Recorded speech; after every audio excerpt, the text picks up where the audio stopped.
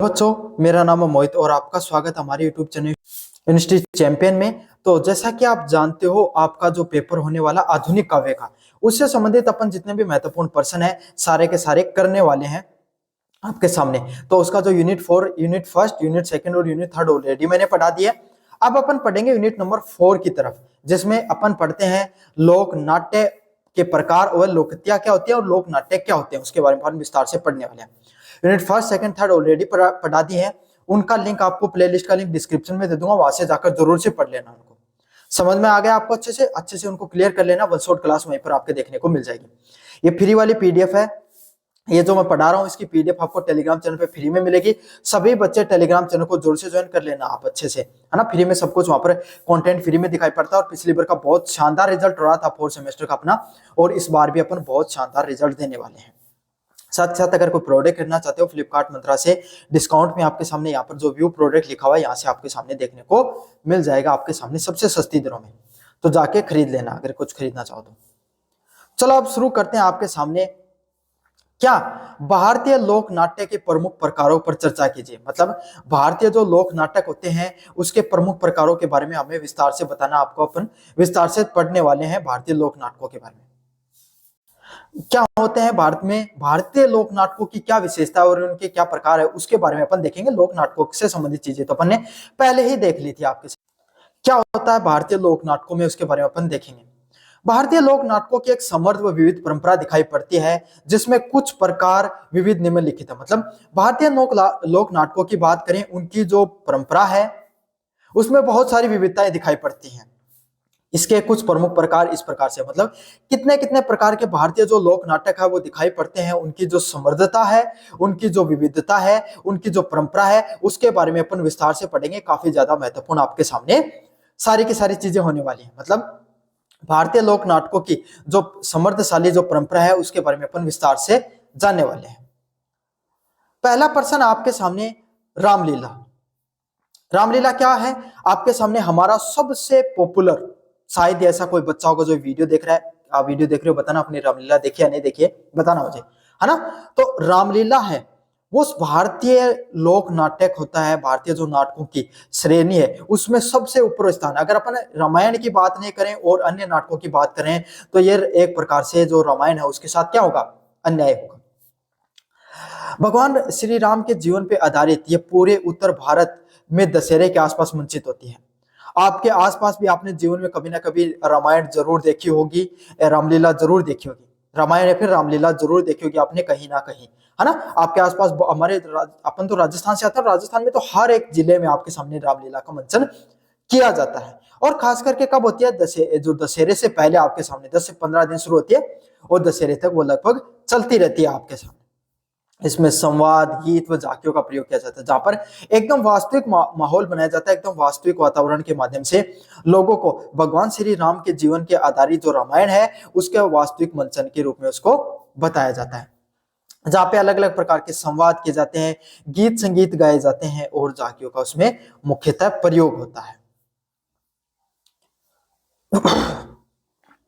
अगले वाला पॉइंट है आपके सामने, रामलीला।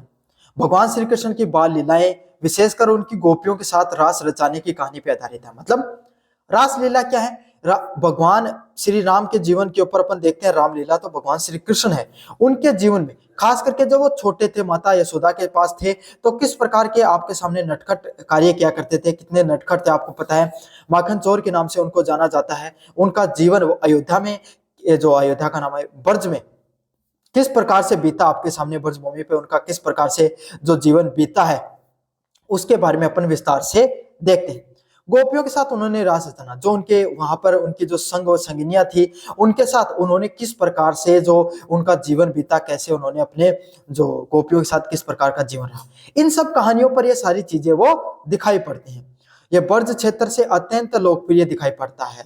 मतलब जो ब्रज क्षेत्र है उसमें सबसे अत्यंत लोकप्रिय हुई कहानियों में से एक है रासलीला। इसमें गीत, नृत्य और श्रृंगार रस की प्रधानता दिखाई पड़ती है। इसमें क्या होता है, खास करके जो रासलीलाएं है वो आपके सामने जो ब्रज क्षेत्र है आपके सामने, उसमें वृंदावन का जिसे क्षेत्र बोला जाता है, वहां पर इन सब का मुख्यतः आपके सामने मंचन देखने को मिलता है।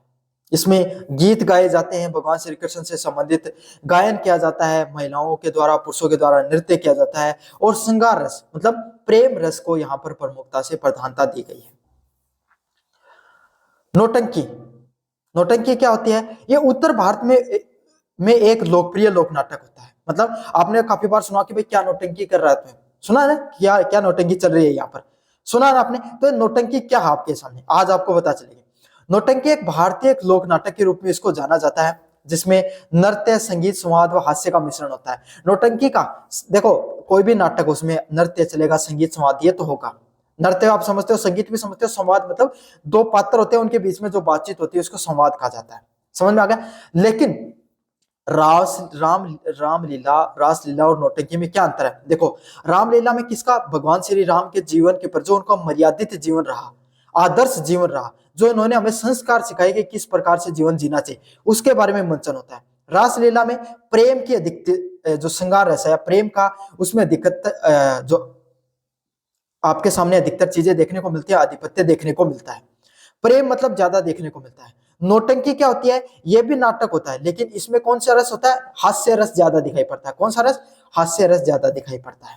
यहाँ पर काफी बार प्रेम कहानियां दिखाई पड़ती हैं।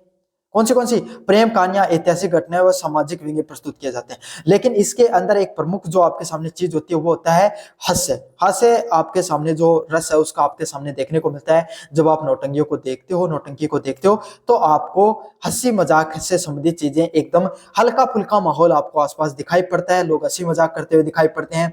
उसके माध्यम से प्रेम कहानियों का मंचन किया जाता है, कोई इतिहास में हुई घटना का मंचन किया जाता है, या हमारे समाज में जो अलग अलग प्रकार की कुरीतियां दिखाई पड़ती हैं उसके ऊपर व्यंग्य किया जाता है।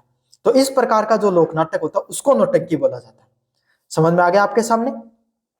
तमाशा, तमाशा कहां पर दिखाई पड़ता है आपके सामने? ये महाराष्ट्र का जीवित लोक नाट्य रूप है। तमाशा भी आपने सुना, भाई क्या तमाशा लगा रखा है तुमने, कोई दो आदमी लड़ते रहते तब कहते ना अपन कि क्या तमाशा लगा रखा है। तो भाई तमाशा भी एक लोक नाटक है। कहाँ का है?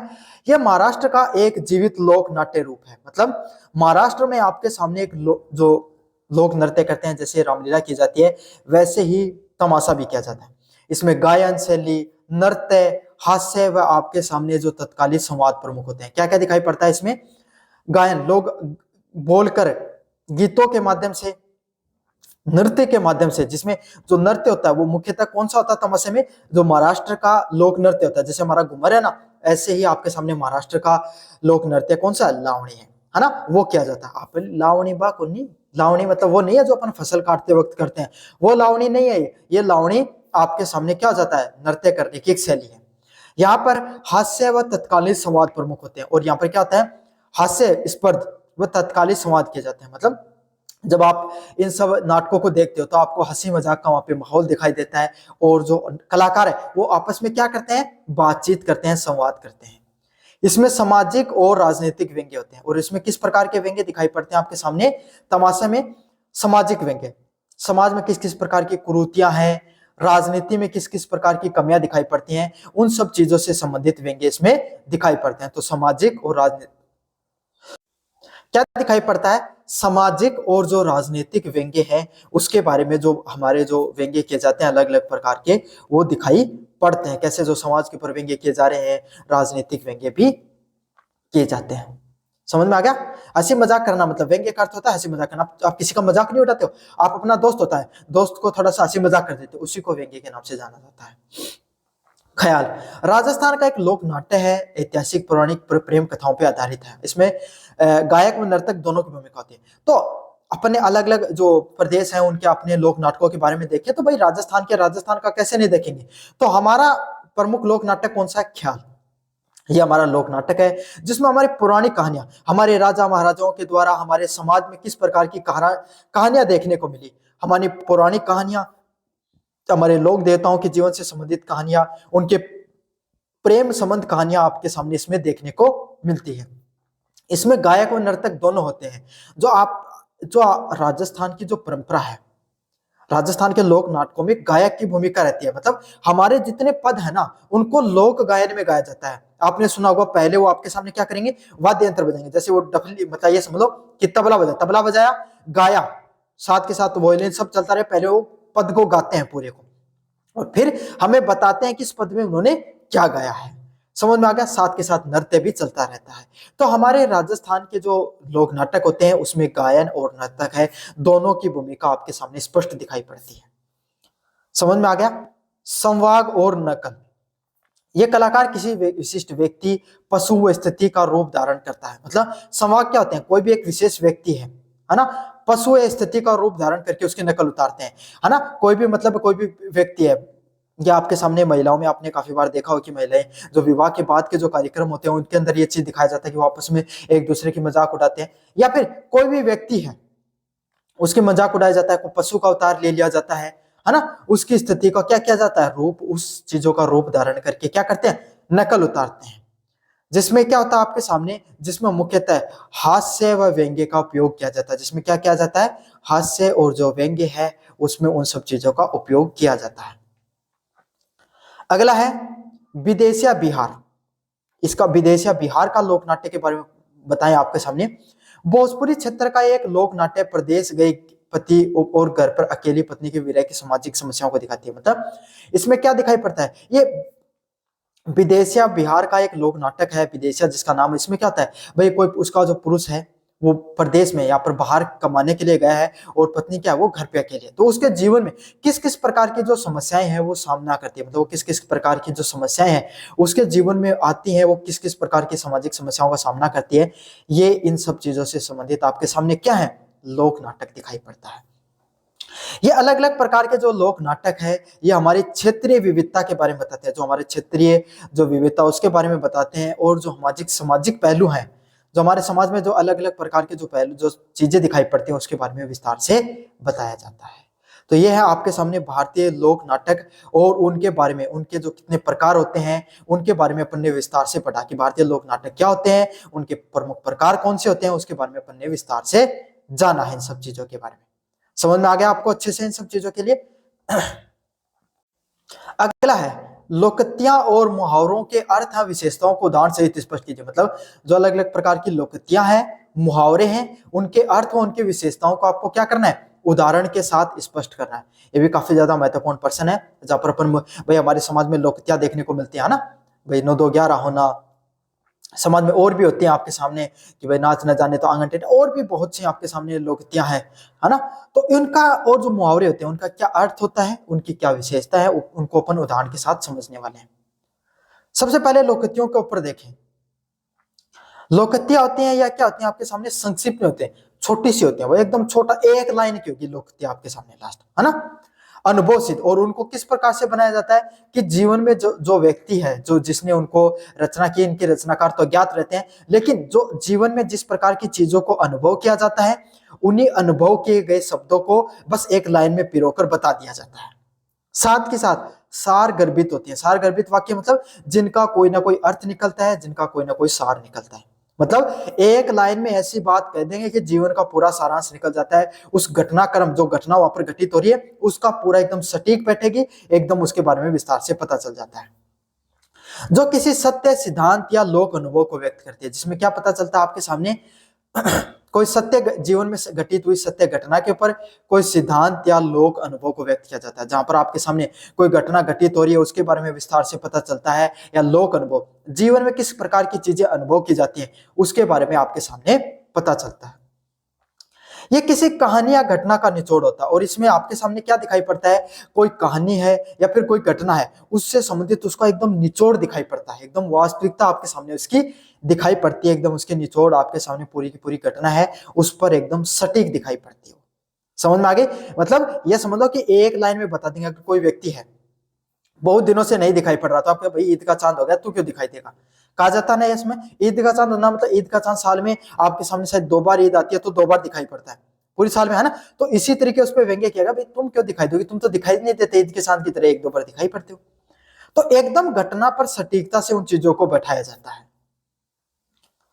विशेषताओं की बात करें आपके सामने, पूर्ण वाक्य, ये अपने आप में एक पूर्ण वाक्य होते हैं। मतलब इसमें क्या होता है आपके सामने पूरे के पूरे वाक्य हैं, उस पे एकदम सटीक बैठते हैं सारी चीजें। समझ आ गए। पूरा का पूरा वाक्य है, पूरा पूरा जो वाक्य पूरा पूरा घटनाक्रम पे एकदम सही, सटीक व स्पष्ट बैठती हुई दिखाई पड़ती है। अगला है परिवर्तनशील नहीं है, इसमें किसी भी चीज की जो चीजों में बदलाव नहीं दिखाई पड़ता है, इनको शब्दों में नहीं बदला जा सकता है, मतलब जो चीजें होती हैं उनमें इनको नहीं बदला जाता है। परिवर्तनशील मतलब इनको शब्दों में हम जीवन में चीजों को नहीं बदल सकते हैं। सीधा अर्थ, इनका अर्थ लगभग सीधा और स्पष्ट होता है, किसी बड़े अनुभव का निष्कर्ष होता है। मतलब देखो एक चीज मैं आपको एक चीज बताऊं, मुहावरे होते हैं ना, मुहावरे उनको आप बदल नहीं सकते। 9 2 11 को आप 9 2 12 नहीं कर सकते, क्यों? क्योंकि वो एकदम सटीक बैठती है। 9 2 12 होते भी नहीं है, 9 2 11 होते हैं ना, मतलब भाग जाना। या फिर ऐसे बोलो ईद का चांद होना, अब आप ये नहीं कर सकते कि अमावस्या का चांद होना, पूर्णिमा का चांद होना, तो आप उन शब्दों को नहीं बदल सकते। वो शब्द जो है वो जो के त्यों रहेंगे। क्यों? क्योंकि वो बहुत प्राचीन समय से हमारे पूर्वजों से वो शब्द चले आ रहे हैं, हमारे समाज में, हमारी मानसिकता में, हमारे लोगों के में वो शब्द अर्थ उनका बैठ चुका है। तो आप शब्दों को बदल दोगे तो उनका महत्व नहीं रह पाता, उनका कोई अर्थ नहीं निकल पाता है, तो इनको परिवर्तनशील नहीं कर सकते। समझ में आ गया? सीधा अर्थ, इनका अर्थ लगभग सीधा और स्पष्ट होता है। मतलब लगभग चीजें तो आपके सामने अगर लोकतियां और जो मुहावरे पढ़ोगे तो जो पढ़ते हो, पढ़ने के साथ आपको समझ में आ जाता है कि भाई इसका अर्थ क्या निकल सकता है, जो किसी बड़े अनुभव या निष्कर्ष का अर्थ होता है। मतलब जो इस प्रकार से बड़े बड़े जो जीवन में उन्होंने जो व्यक्ति हैं, जिन्होंने जीवन में संघर्ष देखा, जिन्होंने जीवन में जो घटनाएं अपने आसपास देखी, उन्हीं से आसपास की जो उन्होंने जो अनुभव किया चीजों के बारे में, वही दिखाई पड़ता है। क्या मतलब? उनके जीवन में जिस प्रकार की जो घटनाएं घटित हुई, उन सब घटनाओं पे आधारित क्या उनके अनुभव पे सारी की सारी चीजें वो पता चलती है। पूरी की पूरी जो लोकतियां होती है, खास करके ये लोकतियों की बात हो रही है आपके सामने, ये क्या होती है? लोकतियां क्या पूरे अनुभव पे आधारित होती हैं और सार्वभौमिक सत्य है, अक्सर किसी सार्वभौमिक सत्य को दिखाती है। और किस चीज पे बात करते हैं? जो ऐसा सत्य है जो आपके सामने जो वास्तविक है, उस सार्वभौमिक सत्य को बारे में आपके सामने बताया जाता है। अच्छा, लोकतियां क्या होती है? लोकतियां होती है हमारे जो मुहावरे तो पूरे हिंदी में पॉपुलर है, वही आपके सामने कहीं पर भी देखोगे, आप यूपी में जाओगे उस मुहावरे का वही अर्थ है, राजस्थान में वही अर्थ है। लोकतियों का राजस्थान में अर्थ अलग हो सकता है, यूपी में जाओगे उसका अर्थ क्या पता हो ही ना, या फिर अलग हो, क्योंकि वो लोकल है। समझना, उसकी विशेषता लोकल के लिए होती है। जैसे नाच न जाने आंगन टेढ़ा, है ना, एक अनार 100 बीमार। तो इस प्रकार की यहाँ पे क्या होता है? नाच न जाने आंगन टेढ़ा, भाई कोई व्यक्ति है जो पढ़ नहीं पा रहा है ना, और उसके उसके अच्छे अंक नहीं है। अब वो क्या कर रहा है कि भाई मतलब उसके अच्छे अंक नहीं, तो उसने कह दिया कॉपी में कुछ नहीं लिखा, एकदम खाली छोड़ के आया। फिर क्या कहा? कॉपी में तो कॉपी अच्छे से जांच नहीं की, कॉपी जांच करने वाले ने, और तुम कुछ लिख कर ही नहीं आई। समझ में आ गया आपके सामने? अगला कि एक अनार 100 बीमार, आपके एक क्लास में एक बदमाशी करने वाला लड़का, इसकी वजह से सारी क्लास पिट गई। तो क्या हो गया? एक अनार है और सारे के सारे क्या उसके 100 बीमार हो रखे हैं, सारे के सारे को परेशान कर देता है। दूसरी बात क्या है? उस सबको बदमाशी करवा देता है। तो इस प्रकार का ये लोकतियां व मुहावरे देखने को मिलते हैं। मुहावरों की बात करें, ये वाक्यांश होते हैं जिनका शाब्दिक अर्थ कुछ और होता है, लेकिन वो लाक्षणिक अर्थ कुछ और भाव व्यक्त करता है। लोकतियां क्या होती हैं? लोकतियां ये होती हैं जिनका जो लाइन बोली गई है वही अर्थ है साहब। समझ में आ गया? सब जो वाक्यांश पढ़ोगे, पढ़ते आप उसका अर्थ समझ पाओगे। मुहावरे में ऐसा नहीं होता है, इनका अर्थ कुछ और होता है और जो लाक्षणिक अर्थ अलग होता है। अगर शब्दों को पढ़ोगे तो उनका अर्थ कुछ अलग निकलेगा, शब्दों का अर्थ अलग निकलेगा, समझ आएगा। लेकिन जो लाक्षणिक, जो उसका जो शाब्दिक अर्थ है, वो क्या होता है? कुछ और दिखाई पड़ता है, और उसका कुछ भाव है वो भी कुछ और होता है। और इन सब जो वाक्यांशों का प्रयोग करता है, इससे भाषा कैसी होती है? एक प्रकार की प्रभावशाली भाषा है, उसका उसमें उपयोग किया जाता है। विशेषताओं की बात करें आपके सामने, सबसे पहले वाक्यांश, ये पूर्ण वाक्य नहीं होते हैं बल्कि एक अंश होते हैं। मतलब इसके जो वाक्यांश की बात करें, इसमें क्या है? उसमें वाक्य क्या होता है? एक अंश का उसमें प्रयोग किया जाता है, पूरा पूरा वाक्य का प्रयोग नहीं किया जाता है, उसमें से एक छोटे अंश का प्रयोग किया जाता है। लाक्षणिक अर्थ, इसका अर्थ सीधा नहीं होके बल्कि लाक्षणिक होता है, मतलब जैसे लक्षण होते हैं उस लाक्षणिक अर्थ है, जैसे लक्षण वैसे अर्थ। मतलब आपके सामने क्या होता है? सीधा का सीधा अर्थ नहीं निकलेगा, शब्दार्थ उसका समझना पड़ेगा, उसको जो पीछे की घटनाक्रम उसको समझना पड़ेगा, तभी आप उसके अर्थ को बता सकते हो, वरना आप उसके अर्थ को नहीं बता सकते हो। अगले वाला पॉइंट है वाक्यों में प्रयोग। इनका प्रयोग वाक्य के भीतर ही किया जाता है। मतलब ये जो आपके सामने जो अपन देखते हैं मुहावरे, इनका प्रयोग कोई वाक्य होता है उसके अंदर ही इनको फिट कर दिया जाता है। समझ में आ गया? अलग से इनका प्रयोग आप बहुत कम प्रयोग किया जाता है। परिवर्तनशील नहीं है, वो भी लोकतियों के साथ क्या है? इनका भी परिवर्तनशील नहीं। देखो लोकति और मुहावरे में इतना अंतर होता है कि लोकति होती है वो सीधी की सीधा उसका अर्थ निकलता है, मुहावरे में सीधा अर्थ नहीं निकलता है। बाकी लोकति भी वही है और मुहावरा भी वही है, सीधी साफ स्पष्ट बात है आपके सामने। उदाहरण की बात करें आपके सामने, 9 2 11 होना। 9 2 11 होना क्या अर्थ होता है? भाग जाना। अब 9 प्लस 2 इज इक्वल टू 11 गणित का फॉर्मूला है, गणित की चीज आपके सामने 9 2 11, लेकिन आपके सामने इसका अर्थ क्या निकल रहा है हिंदी में? भाग जाना। समझ में आ गया? तो पीछे का अर्थ कुछ और है, लेकिन शाब्दिक अर्थ या इसका लाक्षणिक अर्थ कुछ और है। आंखों का तारा होना, है ना, बहुत प्यारा, मतलब ऐसे होता है ना, आंखों का तारा होना। लोकत्य व मुहावरे भाषा में संस्कृति की समृद्धशाली दिखाई पड़ती है। चाहे लोकत्य हो चाहे मुहावरे हो, भाषा जो हमारी हिंदी भाषा है उसके बारे में पता चलता है, हमारी जो संस्कृति है, जो समृद्धशाली संस्कृति है उसके बारे में पता चलता है। उसके विचारों को प्रभावी ढंग से संप्रेषित करने में मदद करते हैं, और जो हमारी भावना है, हमारे विचारों को स्पष्ट रूप से जो बताने के लिए लोगों को, उनको जो हमारी संस्कृति के बारे में पता चल सके, लोग आसानी से चीजों को समझ सके, इस प्रकार से इन सब चीजों को प्रयोग किया जाता है। हमारी संस्कृति की विविधता के बारे में पता चलता है, हमारी संस्कृति है उसकी जो आपके सामने सभी चीजों के बारे में विस्तार से पता चलता है। तो यह है लोकत्य और मुहावरे के अर्थ और उनकी विशेषताएं, उसके बारे में अपन क्या करेंगे, विस्तार से पढ़ा आपके सामने। कैसा लगा जरूर से बताना, चैनल को जरूर से सब्सक्राइब कर देना और अपने दोस्तों को जरूर से शेयर कर देना। धन्यवाद।